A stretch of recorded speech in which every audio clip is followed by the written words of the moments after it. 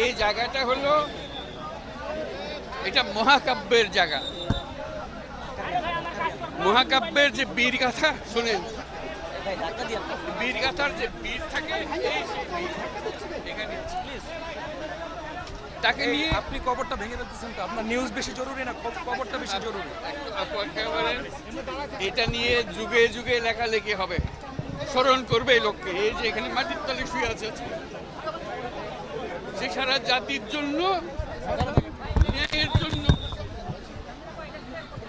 মুক্তির জন্য বুক খুলে দাঁড়িয়েছে। ছবি দেখলে বিশ্বাস করা যায় না যে একটা মানুষ, একটা ছেলে বন্দুকের সামনে হাত উঠাইয়া দাঁড়াইয়া আছে। মারেন, গুলি করছে, একটু টল টল করছে, আবার থামছে, তারপর আরেক গুলি। এই সেই লোক। কাজে এটাকে বলার শুধু এখানে বীরগঞ্জের বিষয় না, এটা বাংলাদেশের বিষয় না, সারা দুনিয়ার বিষয়। যে কাজটা সে করেছে এটা নিয়ে যুগ যুগান্তরে কবিতা হবে, উপন্যাস হবে, নাটক হবে, মানুষ স্মরণ করবে তাকে।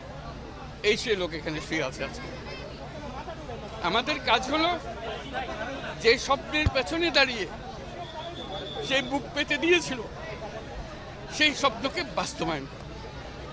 এটা আমরা সারা জাতির একটা কর্তব্য।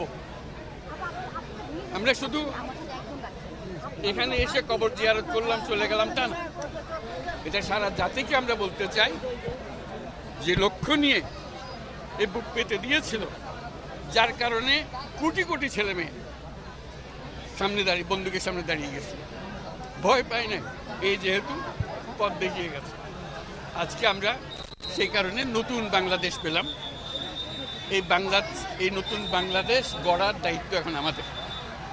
তার কথা স্মরণ হবে এই কাজটা করার মতো। কাজে আমাদেরকে সেই কাজটা যেন আমরা করি। এই আবু সাঈদ এখন এক পরিবারের সন্তান না, বাংলাদেশের যত পরিবার আছে তাদেরই সন্তান। এবং তারা অধিকার তাকিয়ে থাকবে, যারা ছোট ছেলে মেয়ে বড় হবে, তারা স্কুলে পড়বে আবু সাঈদের কথা, নিজে নিজে প্রস্তুত হবে, আমিও ন্যায়ের জন্য লড়ব, আমিও বুক পেতে দেব। সেই হলো এই আবু সাঈদ। আবু সাঈদ এখন ঘরে ঘরে, প্রত্যেক ঘরে আবু সাঈদ। এবং বাংলাদেশের যত পরিবার আছে সব পরিবারের সন্তান। এবং বাংলাদেশে এখানে জাতি ধর্ম নির্বিশেষে সবারই সন্তান।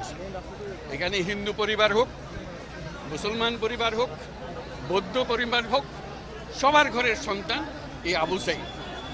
কাজেই আপনারা খেয়াল রাখবেন যে কোথাও কোনো গোলযোগ যেন না হয়, কেউ ধর্ম নিয়ে কথাবার্তা না বলে, কারণ আমরা এই মাটিরই সন্তান, সবাই আবু সাঈদ। এদের সন্তানদের রক্ষা করা এটা আমাদের এখন কর্তব্য। আমরা যেন এটা নিশ্চিত করি, সামনে গিয়ে দাঁড়াই। আবু সাঈদ যেরকম দাঁড়িয়েছে আমাদেরকে ওরকম দাঁড়াতে হবে। যারা পার্থক্য করে যে এরকম সন্তান, ওরকম না, আমরা সবাই বাংলাদেশি, আমরা বাংলাদেশেরই সন্তান। আবু সাঈদের মা সবার মা, এবং সবার মা আবু সাঈদের মা। কাজে তাকে রক্ষা করতে হবে, তাদের বোনদের রক্ষা করতে হবে, তাদের ছেলে ভাইদের রক্ষা করতে হবে, সবাই মিলে করে। এটা এক বাংলাদেশ, দুই বাংলাদেশ নেই এখানে, এটা আবু সাঈদের বাংলাদেশ। এই আবু সাঈদের বাংলাদেশে কোনো ভেদাভেদ নেই। কাজে আপনাদেরকে তো অনুরোধ, যে যেখানে আছেন ওই আবু সাঈদের বা যারা যারা আছে যেখানে আছে তাদেরকে রক্ষা করুন, কোনো রকম গোলযোগ হতে দেবেন না। আজকে যে আসলাম এখানে, এটা স্মরণ করেন, আমরা যাতে এটা বাস্তবায়ন করতে পারি। আপনাদেরকে সবাইকে সালাম দেওয়া হবে। আসসালামু আলাইকুম।